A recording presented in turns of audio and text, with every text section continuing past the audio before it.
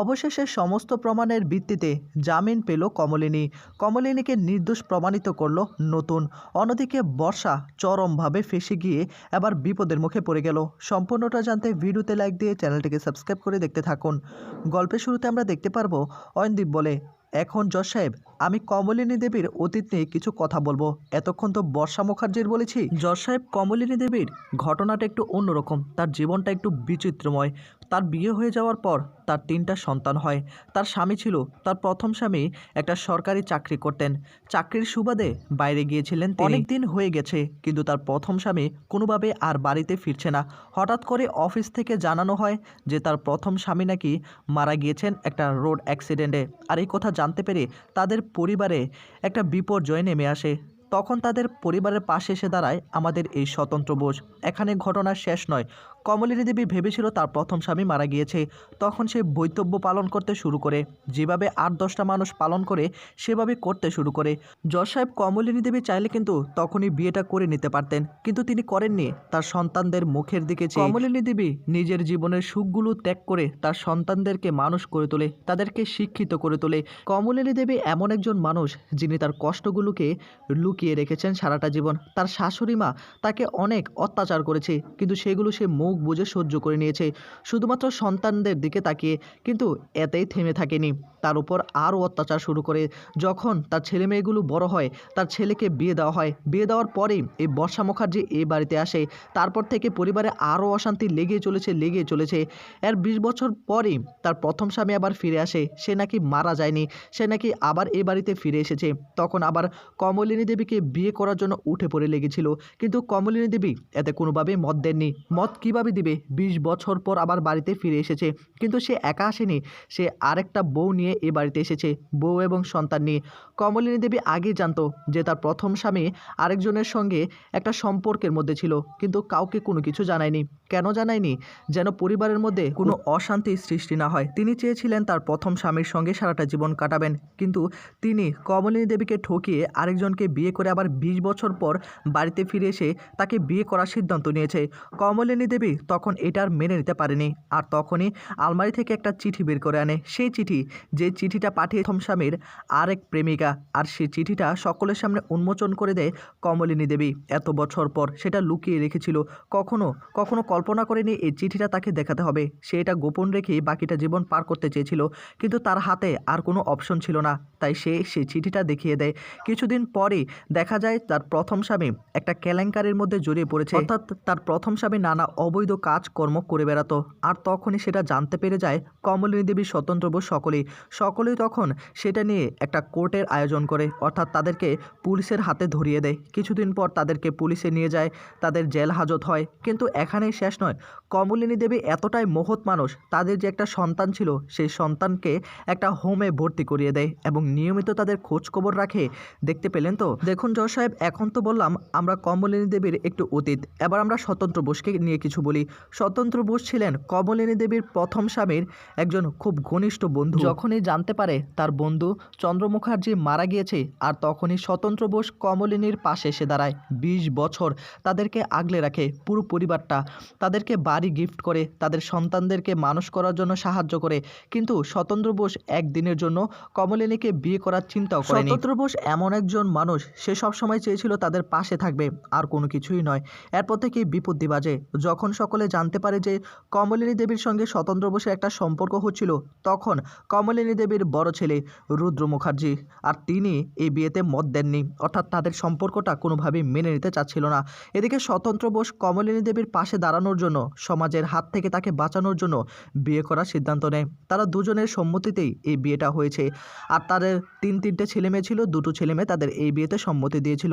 একটি ছেলে যার নাম হলো রুদ্রপলাশ মুখার্জি, তিনি আসলে এই বিয়েতে মত দেননি, আর তিনি এই বাড়ি ছেড়ে চলে গিয়েছেন তার স্ত্রী বর্ষা মুখার্জিকে নিয়ে। এর মধ্যেই থেমে থাকেনি বর্ষা মুখার্জি ওই পরিবারটাকে শেষ করে দেওয়ার জন্য একের পর এক প্ল্যান করে। এদিকে যখনই কমলিনী দেবীর কষ্ট হচ্ছিল যে তার সন্তান অন্য জায়গায় গিয়ে থাকবে, এটা কোনোভাবেই মেনে নিতে পারছিল না কমলিনী। এদিকে স্বতন্ত্র বোস আবারও কমলিনী দেবীর বড় ছেলে রুদ্রপলাশকে ওই বাড়িতে ফিরিয়ে আনে, আর তার সঙ্গে সঙ্গে তার স্ত্রী বর্ষা মুখার্জিও সেই বাড়িতে হাজির হয়। আর তখনই বর্ষা মুখার্জি চিন্তা করতে থাকে এই পরিবারটাকে শেষ করে দেবে।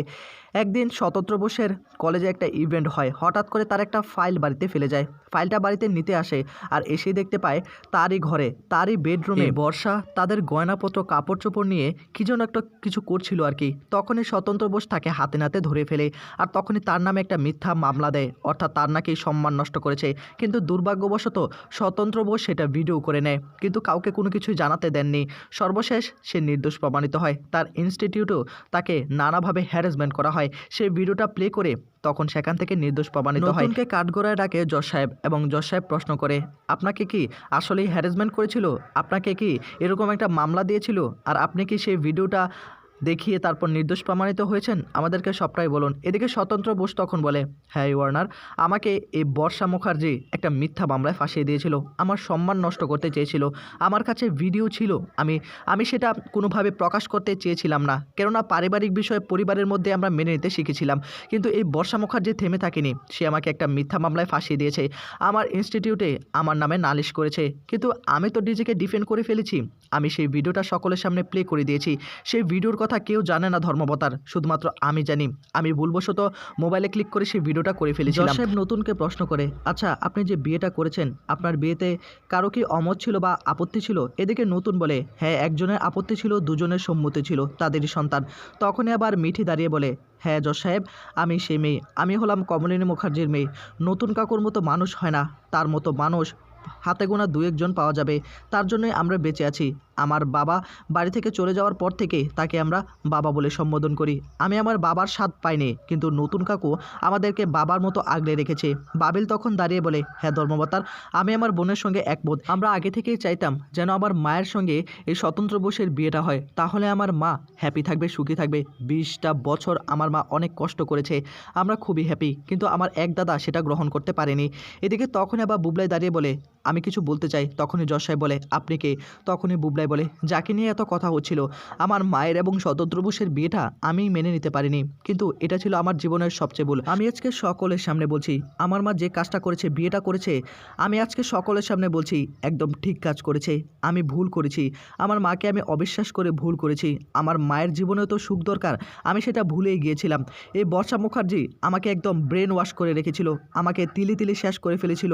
বাড়িতে আসার পর থেকে একটার পর একটা অশান্তির সৃষ্টি হয়ে চলেছে। বর্ষা মুখার্জি আমার মায়ের নামে যে মিথ্যা একটা অপবাদ দিয়েছে, যে আমার মা নাকি তাকে টর্চার করতো, এটা সম্পূর্ণ মিথ্যা কথা, বানোয়াট কথা। আমি সেটা বলছি, আমি তো ওর হাজব্যান্ড, আমি তো সবটাই জানি। আমার সামনে তো ঘটনা হতে পারতো, কিছুই তো হয়নি। আমার মা একটা মাছিকে মারতে পারে না, তার মধ্যে বাড়ির বউকে কি করে মারবে? আপনি একবার বলুন। আমি আসলে ভুল করেছি, আমি তাকে অবিশ্বাস করেছি। এদিকে জজ সাহেব তখন বলে, আচ্ছা আপনি বসুন, আসলে এই বিচারটা একটু ডিফিকাল্ট হয়ে যাচ্ছে এখন যা অবস্থা দেখতে পাচ্ছি। জজ সাহেব তখন নতুনকে বলে, আপনি যেতে পারেন। কমলিনী দেবীকে কাঠগড়ায় আনার জন্য আমি অনুরোধ করছি। কমলিনীকে আবার কাঠগড়ায় আনা হয়। আর তখনই জজ সাহেব আবারও বর্ষার দিকে তাকে বলে, আচ্ছা আপনার পক্ষের লোক কোথায়? আপনার পক্ষে তো কোনো কথাই আমরা শুনতে পাচ্ছি না। আপনার কি এমন প্রমাণ রয়েছে? আপনাকে যে হ্যারাসমেন্ট করেছে, অত্যাচার করেছে, তার কি প্রমাণ আছে? প্রমাণ ছাড়া তো আপনি কিছুই করতে পারবেন না। আপনার বিরুদ্ধে যে কথাগুলো বলছে আর আপনার অতীত যা রেকর্ড রয়েছে, এটা থেকে স্পষ্ট যে আপনি আসলে নাটক সাজাতে পারেন। আপনি আরেকজন মানুষকে খুব সহজেই ফাঁসিয়ে দিতে পারেন, এটা আমি খুব ভালো করেই বুঝতে পারছি। এদিকে তখনই আবার বর্ষা বলে ওঠে, প্লিজ আমাকে বাঁচান, আমি আসলে নির্যাতিত হয়েছি। পরিবারের সকলে উঠে পড়ে লেগেছে আমাকে বাড়ি থেকে তাড়িয়ে দেওয়ার জন্য। এখন আমি কি করতে পারি বলুন তো? আমার পাশে শুধু আমার বাবা এবং জেঠু রয়েছে, আমি একটা মেয়ে, আমি কি কখনো নিজের সম্মান নষ্ট করতে পারি? জজ সাহেব আপনি যা করার করুন, এই মহিলার যেন উপযুক্ত শাস্তি হয়। এদিকে বুবলাই তখন চিৎকার করে ওঠে। এদিকে আবার জজ সাহেব বলে, কিন্তু কি করে আপনার শাস্তিটা দেব? আপনার পক্ষে তো কোনো কথাই আমরা দেখতে পাচ্ছি না। আপনার কাছের মানুষ, আপনার হাজবেন্ড, সেও বলছে আপনি নাকি নাটক সাজাতে পারেন, আপনি নাকি মিথ্যা মামলায় ওনার মাকে ফাঁসিয়ে দিয়েছেন। এখানে আমাদের কি বলার আছে? এদিকে তখন এই বর্ষা বলে ওঠে, আমার হাজবেন্ড এমন ছিল না, হয়তোবা তাকে ভয় দেখানো হয়েছে, তা না হলে তো এই কথাগুলো বলতো না। এখন আমি একটা মেয়ে, কিভাবে প্রমাণ করি আমাকে বলুন তো? জজ সাহেব তখন বর্ষার দিকে তাকে বলে, এভাবে তো হবে না, আপনাকে প্রমাণ করতে হবে যদি আপনি আসলেই নির্যাতিত হয়ে থাকেন। বুবলায় দাঁড়িয়ে বলে, এই মেয়ে মিথ্যা কথা বলছে। আমি আজকে সকলের সামনে বলতে চাই জজ সাহেব, এই মেয়েটাকে আমি খুব তাড়াতাড়ি ডিভোর্স দিতে চলেছি। এত বছর যাবৎ তার সঙ্গে আমি থেকেছি, সে আমার মাকে আমাকে নানাভাবে অপমান করেছে, অত্যাচার করেছে, সেগুলো আমি মুখ বুজে সহ্য করে নিয়েছি। আমার মাও চেয়েছে তার সঙ্গে যেন আমি সংসারটা করি। আমার মায়ের মুখের দিকে তাকিয়ে তার সঙ্গে আমি সংসারটা করেছি। দিনের পর দিন আমার মায়ের নামে কুরচনা করেছে, আমার কানের কাছে এসে নানাভাবে কুমন্ত্রণা দিয়েছে আমার মাকে যেন আমি অবিশ্বাস করি। আমাকে আজকে কোর্টের বাইরে কি বলেছে জানেন? আমাকে হুমকি দিয়েছে আমি যেন তার সঙ্গে থাকি, যদি তার সঙ্গে থাকি তাই সে নাকি কেসটা উইথড্র করে নেবে। এদিকে তখনই আবার উকিল বলে ওঠে, আচ্ছা আপনার পক্ষের উকিলকে আমি কিছু প্রশ্ন করতে চাই। আপনার মক্কেল যেটা বলছে তাকে অত্যাচার করেছে, নির্যাতন করেছে, আপনার কাছে কি প্রমাণ আছে? কোনো মেডিকেল রিপোর্ট আছে, কোনো কিছু আছে? তখন এবার বর্ষার পক্ষের উকিল বলে, না তা তো নেই, মেডিকেল রিপোর্ট তো করায়নি। উকিল তখন বলে, তা কিভাবে আপনি প্রমাণ করবেন যে আপনার মক্কেল নির্দোষ হয়েছে? এভাবে আসলে ওকালতি করা যায় না। এভাবে করতে হলে না আপনি খুব তাড়াতাড়ি একদম শেষ হয়ে যাবেন, কিছু একটা প্রমাণ তো লাগবে, প্রমাণ ছাড়া শুধু মুখের কথায় কোনো কিছু হবে না। বর্ষার পক্ষের উকিল তখন বলে, আসলে সব মেয়ে তো আর মেডিকেল করায় না, সেজন্য বলছি আর কি। এদিকে তখনই উকিল বলে, সব মেয়ে মেডিকেল করায় না, তাহলে প্রমাণটা কি করে হবে?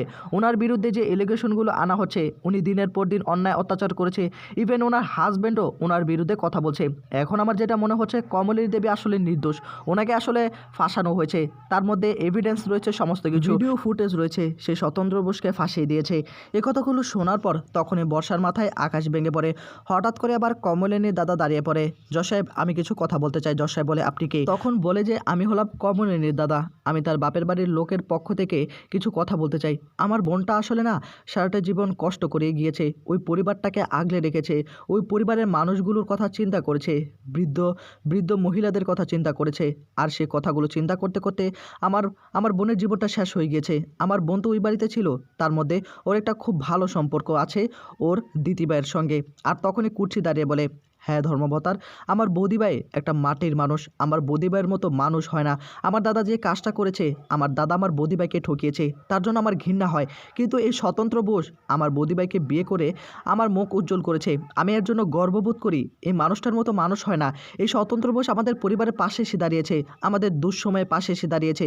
যে সময় আমাদের মাথায় কোনো ছাদ ছিল না, তখন আমাদের মাথায় ছাদের ব্যবস্থা করে দিয়েছে। এই মানুষটার মতো মানুষ হয় না। সে কখনো আমার বৌদিভাইকে বিয়ে করার চিন্তা করেনি, কিন্তু আমি মন থেকে চাইতাম আমার বৌদিভাইকে যেন এই স্বতন্ত্র বোস বিয়ে করে, হয়তো আমার বৌদিভাই এর মধ্যে সুখ খুঁজে পাবে। এত বছর আমার বৌদিভাই কোনোভাবেই সুখ খুঁজে পায়নি। এই মানুষটাকে ফাঁসানো হয়েছে, এই স্বতন্ত্র বোসকেও ফাঁসানো হয়েছে। এই মেয়ে বর্ষা মুখার্জি এতটাই নোংরা, এতটাই খারাপ একটা মেয়ে, সে তার হাজব্যান্ডকেও ফাঁসাতে দ্বিধাবোধ করবে না। আর সে যে কোনো মানুষকে খুব সহজেই ফাঁসিয়ে ফেলতে পারে, কিন্তু তার উপযুক্ত শাস্তি হওয়া দরকার। এদিকে তখনই আবার কমলিনী দাদা বলে ওঠে, আপনার কাছে আমার একটা রিকোয়েস্ট, আপনি তো সমস্ত প্রমাণ পেয়ে গিয়েছেন, আমি চাই আমার বোন যেন নির্দোষ প্রমাণিত হয়ে সসম্মানে মুক্তি পাক, আর এই বর্ষা মুখার্জির উপযুক্ত শাস্তি হোক, যেন কোনো দিন অন্য আরেকটা মহিলাকে কোনোভাবেই হ্যারাসমেন্ট করতে না পারে। কাকামণি তখন দাঁড়িয়ে বলে, আপনাদের উপর আমাদের ভরসা রয়েছে, আস্থা রয়েছে, আপনারাই যা ব্যবস্থা করার করুন। এদিকে তখনই জজ সাহেব আসলেই বুঝতে পারে যে বর্ষা মুখার্জি কত বড় একটা কালপিট। বর্ষার বাবা এবং জেঠু দাঁড়িয়ে বলে, আমার মেয়ে নির্দোষ, আমার মেয়ে এমন কোনো কাজ করেনি, আমার মেয়ে আসলে নির্যাতিত হয়েছে। জেঠু তখন বলে, ওনারা ডিফেন্ড করলেই হয়ে যাবে নাকি? আমাদের মেয়েকে আমরা ডিফেন্ড করব না? বর্ষা তখন বলে, আমরা কি করতে পারি, আমাদের কাছে তো কোনো প্রমাণ নেই। বর্ষার জেঠু বলে, আমরা প্রমাণ জোগাড় করব, কিন্তু অবশ্যই উপযুক্ত শাস্তি পাওয়া দরকার। আমাদের বাড়ির মেয়েকে নির্যাতন করেছে। জজ সাহেব বলে, নির্যাতন যে করেছে আপনারা কেউ দেখেছেন? আপনারা তো দেখেননি, কিসের ভিত্তিতে বলছেন? সবসময় সন্তানদের কথা বিশ্বাস করতে যাবেন না, তাহলে কিন্তু বিপদে পড়ে যাবেন। সমস্ত সাক্ষ্য প্রমাণের ভিত্তিতে এটা স্পষ্ট যে এই বর্ষা মুখার্জি আসলে কমলিনী দেবীকে ফাঁসানোর চেষ্টা করেছে তার নিজের স্বার্থের জন্য। এখন বর্ষা মুখার্জি কোনো প্রমাণই পেশ করতে পারেনি। ইতিমধ্যে আমরা অনেক প্রমাণ পেয়ে গিয়েছি, বর্ষা মুখার্জির নামে অনেক অভিযোগ রয়েছে, তাই আমরা সিদ্ধান্ত নিয়েছি কমলিনী দেবীকে নির্দোষ প্রমাণ করে তাকে সসম্মানে মুক্তি দেওয়া হলো, আর বর্ষা মুখার্জির উপযুক্ত শাস্তির ব্যবস্থা করা হবে। একথা শোনার পর তখনই ভীষণই খুশি হয়ে যায় সকলে। আর এদিকে বর্ষা ভীষণ রকম ভয় পেতে থাকে, এখন তার কি হবে, এখন তার কি হবে? সে যদি জেল খাটে তাহলে সব কিছু এলোমেলো হয়ে যাবে। এদিকে জজ সাহেব বলে, আজকের মতো কোর্ট এখানেই আমরা শেষ করলাম, এই বলে সেখান থেকে চলে যায়। এদিকে কাঠগড়া থেকে নেমে যায় তখনই কমলিনী তখন বুবলাইকে জড়িয়ে ধরে ফেলে, নতুন সামনে দাঁড়িয়ে থাকে। সকলে আজকে ভীষণ রকম খুশি, এই দিনের অপেক্ষায় এতদিন করছিল। নির্দোষ একটা মানুষকে ফাঁসিয়ে দিয়েছে বর্ষা মুখার্জি, আর বর্ষার এবার উপযুক্ত শাস্তি হবে খুব তাড়াতাড়ি। সকলেই হাসি খুশি।